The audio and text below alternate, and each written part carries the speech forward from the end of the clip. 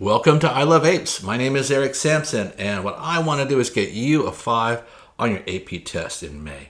So in this unit here, we're in ecosystems, and we're going to be looking at math skills that come up a lot on the AP test. The good news is there's not a lot of math on the AP test. There's just a couple things you have to be able to do, but let's make sure that you know how to do them. So let's get into it here. So there's basically two main math skills that you need for the APES curriculum. The first one is pretty straightforward. It's called calculating percent change. The second one's a little bit more challenging, and it is using dimensional analysis to convert between units. You probably did this in chemistry, but it's a little bit different in APES. So I'll walk you through that. So the percent change equation, and I strongly suggest that you memorize it, is basically this. The percent change in some value is equal to its final amount minus its initial amount divided by its initial amount. Divided by the initial amount, not the final amount. I cannot tell you how many times I've seen students do this wrong. Don't do it wrong.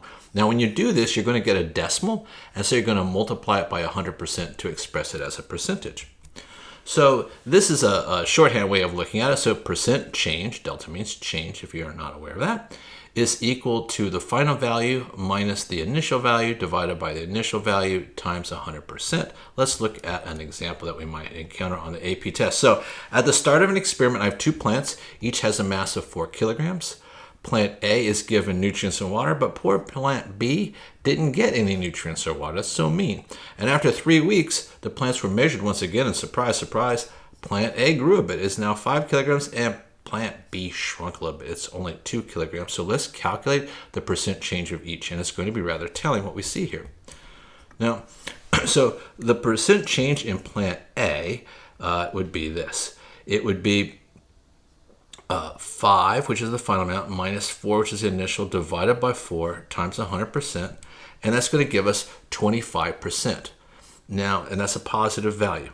Now, if I look at what happens with plant B, I get something very different for plant B. I use the same equation, but its final amount is only 2 kilograms, whereas its starting amount was 4. So this is less than that, and as a consequence, when I calculate it, I get a negative value of negative 50%. So the thing to keep in mind here is a positive percent change means there was an increase, while a negative percent change means there was a decrease. Now, in environmental science, we often want to take small scale measurements, and we go out in the field, we measure a few things, and we conduct our experiments, and then we want to apply it to an ecosystem as a whole. So we want to scale it up. And so a typical example might be something like this. Well, we measure a 12-meter patch of forest, and we count how many ferns. We find there's 27 ferns. And we know that the forest that we're dealing with here, this forest preserve, is 17 acres. Well, how many of these fern plants are in the forest? Right? So that's something that ecologists would do.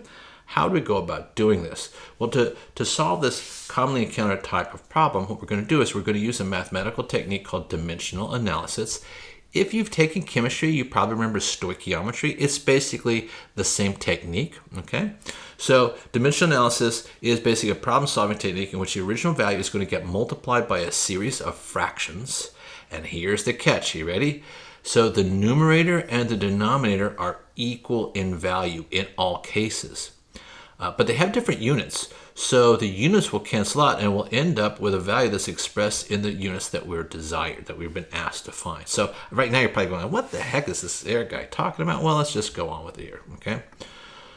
So let's talk about conversion factors. A conversion factor is basically a statement of equivalency. I'm saying that this equals that, and they're going to occupy the numerator and denominator in each of our fractions. That's what allows us to convert. So here's one, like 1 pound is equal to 16 ounces. 1 pound is also equal to 0.45 kilograms. Now, I don't think you need to memorize these, but you probably should memorize this next one here. 1 kilogram is equal to 1,000 grams. Just a good one to have in your brain. And then maybe I did like a density study. I go, well, 7 grams of zinc is equal to 1 milliliter of zinc. So that I can end up with a conversion factor like that. So what do I do with these conversion factors? Well, let's start with an easy one. Let's just say we wanted to convert 25 ounces into grams. Well, here's the process, and you really need to pay attention to it because it works, and if you try to do it on your own, you often get the wrong answer. So step 1 always is you write down the measurement you know. I know 25 ounces, and it's so important that you include the units because the units are like a street sign that guides you to the right answer, and without them you just get lost.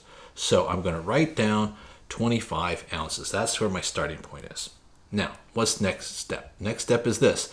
I'm going to multiply by a series of fractions, but I'm going to start with just one fraction. All right, and then I'm going to write the unwanted unit in the basement, in the denominator. So I'm going to take ounces and I'm going to put them here. Now, here's the way I remember it. So much of my life I've lived in houses that had basements. I don't know if you ever have. And if you have a basement, it's just a place that tends to get stuff piled up in it that you don't want upstairs. So, Aunt Mildred gives me some horrible piece of art and I don't want to hurt her feelings, but I don't want to look at it every day. So what do I do with it when she's not going to be visiting? I'm going to put it in the basement. So the basement, the denominator, is where I'm going to put things I don't want. All right, so I've got rid of that. What do I do now? Well, the next thing is I'm going to turn this fraction into a conversion factor. So the idea of a conversion factor is the denominator and the numerator are numerically equal but have different looks about them. They have different units. So they don't look the same, but they are the same. So overall, this is just equal to 1, and it doesn't change the value of this. So I need to have a conversion factor to go forward. Now, the conversion factor we're going to use now is 1 pound equals 16 ounces. Chances are you don't know that one. You wouldn't need to know it on the AP test. If you did need to know it, they would give it to you. All right, so the point is that I can use this in this fraction to move forward here. So I'm going to go back to where I have 25 ounces. I put ounces in the denominator, and I see I have ounces here. I can turn it into pounds, so I'm going to put pounds up here. Now the next step is really important. You've got to make sure you associate the correct numbers with the correct units. So 16 ounces, so 16 goes with ounces and 1 goes with pounds. All right, next step. So because ounces is in the denominator here and in the numerator here, they're going to cancel out. And that leaves me with just pounds. But I don't want to be in pounds. I want it to be in grams. So I have to get rid of pounds. Well, I'm going to use the same method. I'm just going to keep doing it the same way. I'm going to multiply by another fraction. I'm going to take pounds, which I don't want, and put them in the basement. Now, in order to go forward and put something up here, I need a conversion factor, right? So I'm going to look at a list of conversion factors. And I say, well, I could turn pounds into ounces, but that's kind of silly because I just did the opposite. I don't want to do that. But look, I could turn pounds into kilograms, so let's put kilograms up here. And again, I had to be careful to associate the correct number with the correct unit. So it turns out that 1 goes with pounds and 4.5 goes with kilograms. So now my pounds cancel out, but I've got kilograms, but I really want a gram, so I got to get rid of kilograms. Where do you put things you don't want? You multiply by a fraction and you put it in the basement. And then I say, well, what can I turn it into? Now, it turns out that this conversion factor here is one you probably should have in your head. These other ones, no. But this one you should probably have in your head. You should know that 1,000 grams equals a kilogram and 1,000 meters equals a kilometer. Something you should know, okay? But anyway, I'm going to put grams up above then. And again, I had to associate the correct number. So it turns out that 1 goes with kilograms, 1,000 goes with grams.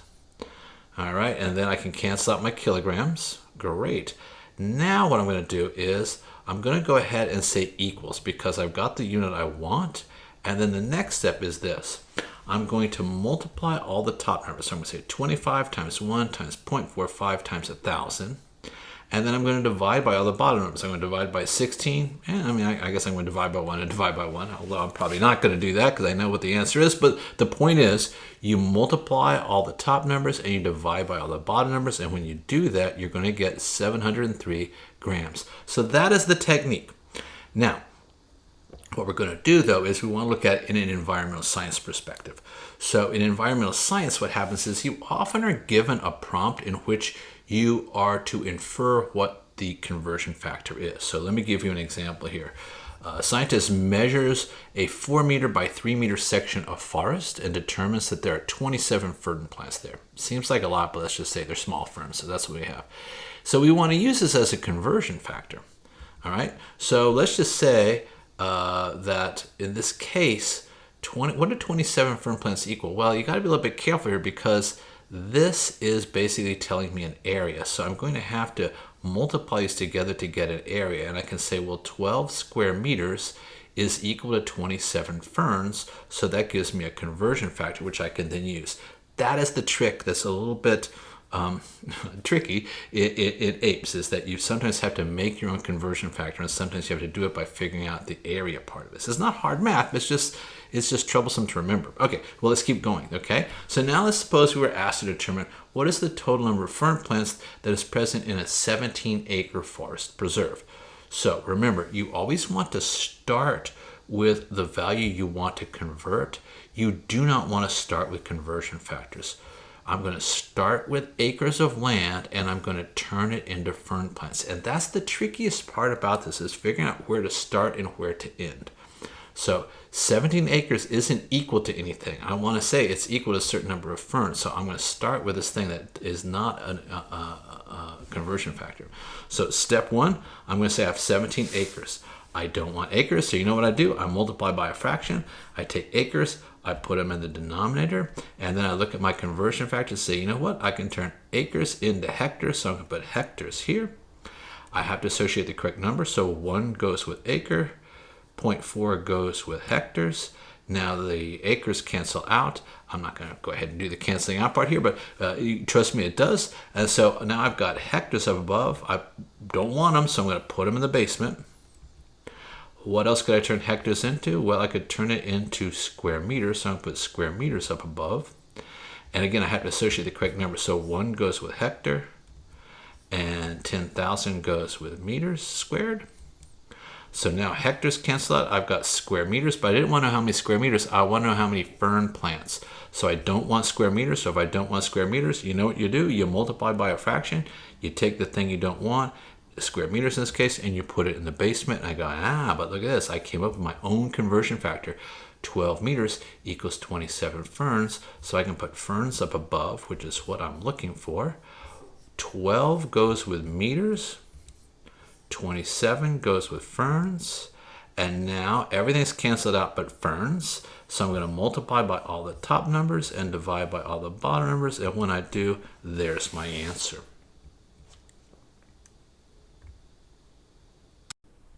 Hey, thanks for watching. Listen, if you found this video to be useful at all, I would appreciate if you go ahead and give it a like. If there's something you want to tell me, some kind of feedback or some video you'd like me to make, go ahead and put that in the comment section for me.